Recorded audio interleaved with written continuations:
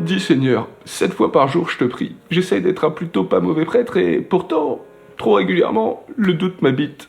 Massaï, ça portera moins confusion. Est-ce que j'ai vraiment la foi? Ou au moins suffisamment? Est-ce que c'est normal? Et comment réussir à avoir moins de doutes?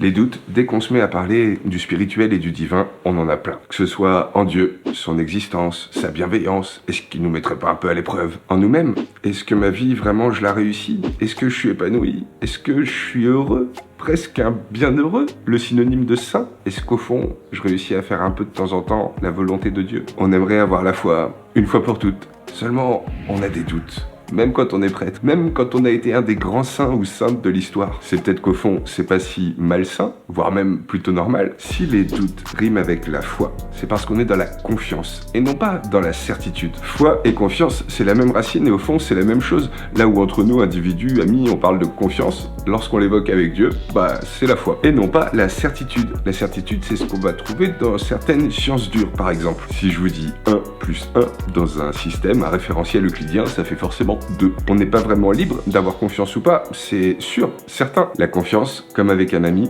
c'est oser voir, envisager cette relation comme une certitude, même si ce sera jamais vraiment sûr. Et c'est d'autant plus beau parce que ça implique toute notre dignité, conscience et liberté. Et en même temps, ça pourra jamais être absolu. Il y aura toujours une infime part de doute parce qu'on ne sait pas de quoi demain est fait. Et comme dans la confiance que j'ai avec un ami, ce qui pourrait arriver. À l'inverse de ce que voudrait nous faire croire l'expression française, on n'a pas la foi. On la gagne, on la recherche, on la reçoit, on l'accueille, on lui donne de se renouveler, toujours et partout. Il faut faire confiance pour avoir confiance. C'est comme avec un petit chien en fait, quand on veut lui apprendre le rappel. Vous savez, au début de son éducation, quand on veut le lâcher dans la nature, mais qu'on n'est jamais vraiment sûr qu'il va revenir ou pas. Et ben si on a peur qu'il se barre, qu'on n'a jamais confiance, ça risque pas vraiment avancer notre affaire. Alors que si on lui fait confiance, là on se rend compte qu'on peut avoir confiance et qu'il revient.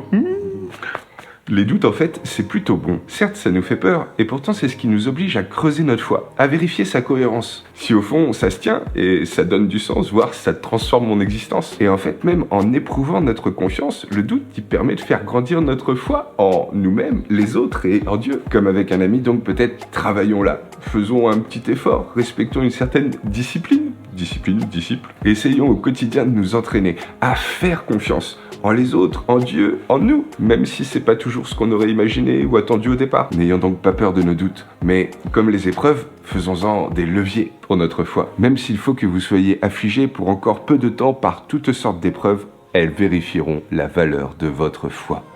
Dieu vous bénisse les amis.